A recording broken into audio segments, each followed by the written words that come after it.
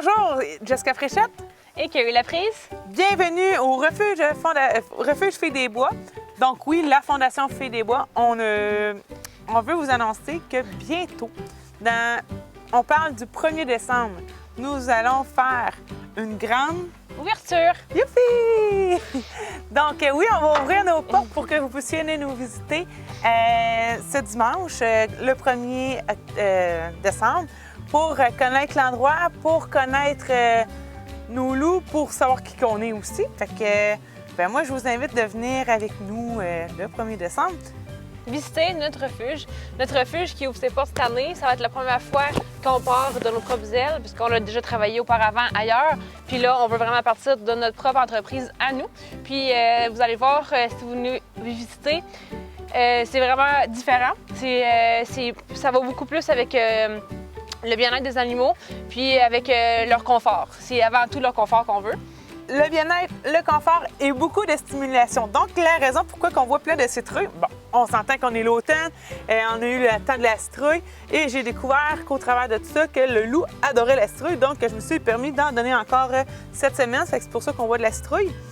Donc, oui, on va vous parler du loup, mais on va parler de qui qu'on est, comment qu'on procède avec leur bien-être, c'est quoi notre rêve dans tout ça. Fait que ça va être 7 $ de l'adulte et 5 $ pour enfants. Donc, 0 à 3 ans, ça sera gratuit.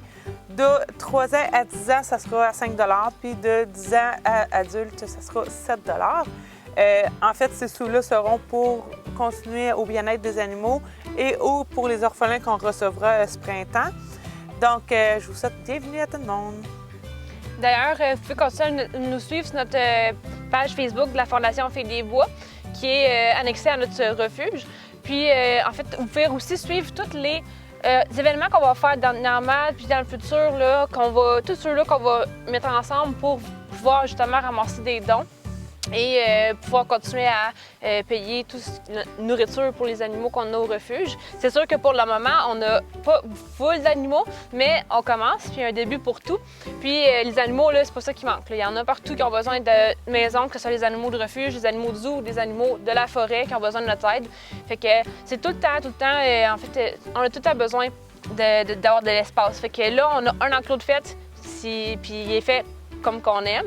Puis on aimerait ça en avoir plusieurs d'autres pour accueillir tous les autres animaux qu'on va avoir, que ce soit temporairement ou pour toujours. Parce qu'on s'entend que les animaux qu'on garde pour toujours, comme justement les loups ici qui dorment derrière nous, eux autres, ils vont rester avec nous toute leur vie. Parce que c'est des animaux qui sont nés en captivité, mais comme on a déjà parlé avant, on a des animaux de refuge comme les ratons laveurs, les moufettes, les cerfs de Virginie. C'est tous des petits animaux qui vont souvent, la plupart du temps, retourner en forêt. On s'entend que c'est pas nous qui avons le dernier mot, c'est les agents de la faune, par contre. Encore une fois, je vous dis encore bienvenue parce que, oui, on ouvre nos portes. Je suis vraiment contente à ce moment-là. J'ai vraiment très hâte de tout vous voir. Dans le fond, on respecte la nature, on respecte les animaux. Oui, ça va rester vraiment sauvage comme que c'est là.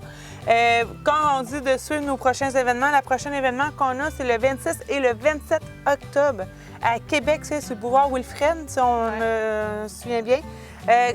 Au même moment qu'on va faire tirer nos 2 billets qu'on a du Zoo Millers, parce qu'on a reçu un cadeau de 2 paires de billets pour vous les faire tirer. Donc, c'est 2 $ du coupon. Fait que vous pouvez aller sur le Wilfred, le boulevard Wilfred Amiel, le 26 et le 27 à l'exposition des bestioles. Nous allons y être. Donc, c'est ça. Donc, si vous voulez continuer à nous suivre et connaître notre histoire, continuez à nous regarder sur la page Fondation Filles des Bois. Puis, vous allez pouvoir vous abonner et voir tout ce qu'on a à vous conter.